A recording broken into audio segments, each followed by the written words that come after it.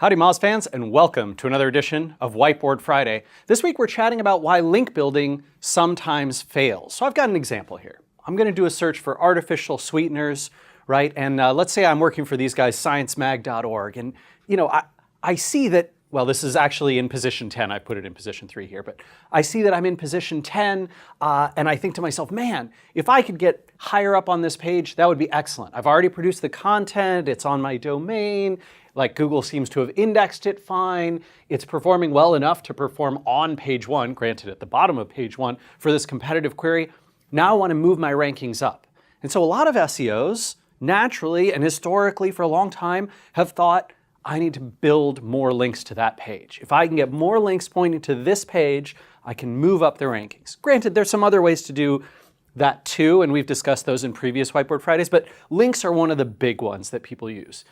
And I think one of the challenges that we encounter is sometimes we invest that effort, right? We go through the process of that outreach campaign, talking to bloggers and other news sites and looking at where our link sources are coming from and trying to get some more of those. And it just doesn't seem to do anything, right? The link building appears to fail. It's like, man, I got all these nice links and no new results. I didn't move up at all. I'm basically staying where I am, or maybe I'm even falling down.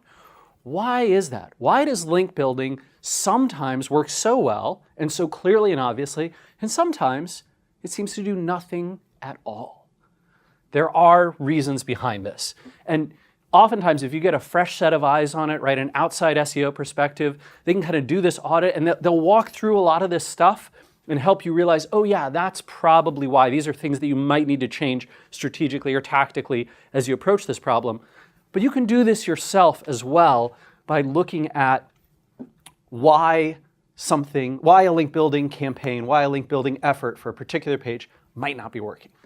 First one, it's not the right links. And not the right links, I mean a wide range of things, even broader than what I've listed here. But a lot of times that could mean low domain diversity. Yeah, you're getting new links, but they're coming from all the same places that you always get links from. And Google potentially maybe views that as not particularly worthy of moving you up the rankings, especially around competitive queries. It might be trustworthiness of source, right? So maybe they're saying, yeah, you got some links, but they're not from particularly trustworthy places. Tied into that, maybe we don't think, or we're sure, that they're not editorial. Maybe we think they're paid, or we think they're promotional in some way, rather than being truly editorially given by this independent resource. They might not come from a site or from a page that has the authority that's necessary to move you up. Again, particularly for competitive queries, sometimes low-value links are just that. They're not going to move the needle, especially not like they used to 3, 4, 5, 6 years ago, where really just a large quantity of links, even from diverse domains, even if they were crappy links on crappy pages on relatively crappy or unknown websites, would move the needle. Not so much anymore, right? Google is thinking a lot more about these things. Where else does the source link to? Is that source pointing to other stuff that is potentially looking manipulative to Google, and so they've discounted the outgoing links from that particular domain or those sites or those pages on those sites? They might look at the relevance and say, hey, you know what? Yeah, you got linked to by some technology press articles. That doesn't really have anything to do with artificial sweeteners, this topic, this realm, this region, and so you're not getting the same result. Now, we've shown that off-topic links can oftentimes move the rankings, but in particular areas, and health, in fact, may be one of those, Google might be more topically sensitive to where the links are coming from than other places. Location on page. So I've got a page here, right? And maybe all of my links are coming from a bunch of different domains, but it's always in the right sidebar, and it's always in this little feed section. And so Google's saying, hey, you know what?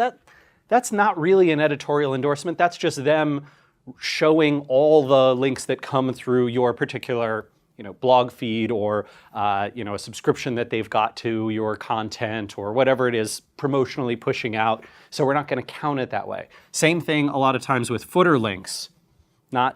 Doesn't work quite as well. If you're being honest with yourself, you really want those in-content links, generally speaking. Those tend to perform the best.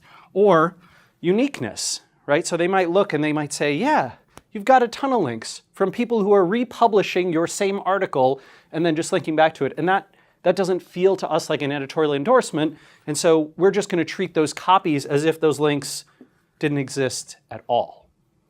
But the links themselves may not actually be the problem.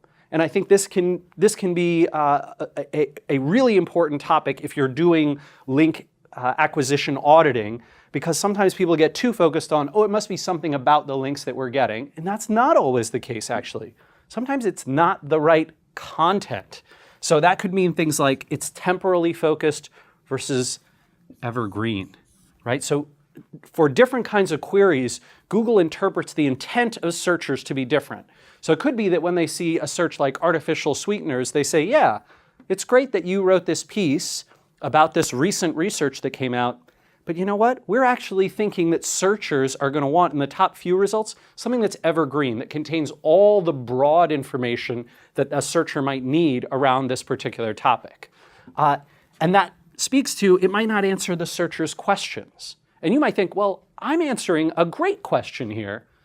And the problem is, yeah, you're answering one. Searchers may have many questions that they're asking around a topic, and Google is looking for something comprehensive, something that doesn't mean a searcher clicks your result and then says, well, that was interesting, but I need more from a different result. They're looking for the one true result, the one true answer that tells them, hey, this person is very happy with these types of results. Could be poor user experience, causing people to bounce back, right? That could be speed things, UI things, layout things, browser support things, multi-device support things.